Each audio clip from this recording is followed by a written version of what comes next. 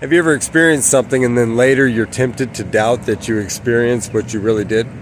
I'm going to briefly share with you something that took place, and it would take only a couple days to where later I'm wondering if I'm making it up.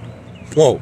And then what I didn't know is I was being tempted to believe that right there, that I was just kind of like, really, man, did that really happen?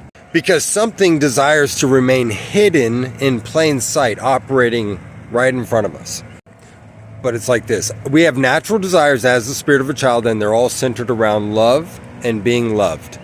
But then we've got an unnatural way that's being presented to us by an unnatural source that is desiring to be hidden, that is trying to hide and get us to believe that we are the source to the bullshit that is being presented to us. No, we're not. No, our natural desires are for honest expressions of love, not bullshit, not dishonesty. Not acting, playing, and pretending and being dishonest and treating each other like garbage. But something desires to be hidden. And I would encounter this thing that desires to be hidden, and it would be like, whoa, wait a second, man. But it would only take a couple days for me to be tempted to believe that I was making it up. Check this out.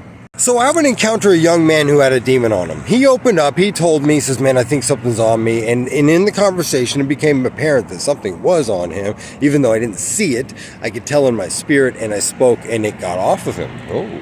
Now, I was impressed that this took place in a cabin outside of the building and all of that, and had nothing to do with the book, and there weren't rituals, man. I just spoke, and that thing, it was a wrestle. It was something else. But anyway, and then it wasn't over, because then I would take him to his house because he needed a ride.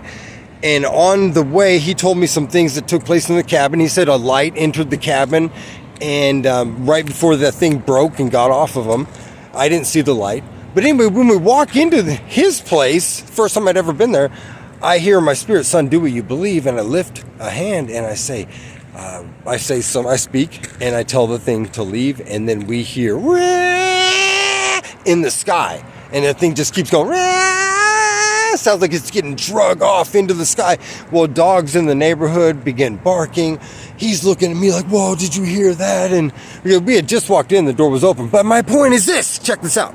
Over all of that, man, I've experienced a lot of different things regarding, centered around the one who is daddy, who meets with the spirit of a child in our spirit, the one who loves us, and these demonic, unclean spirits that are out here. Okay, it would only take a couple days after that riveting night, getting the demon off of him, telling the demon to leave his house. It would only take a couple days for me to be tempted to be like, oh, am I making this up, man? What is going on? It's real, guys. We're living something. We're in the middle of something. No books, no buildings.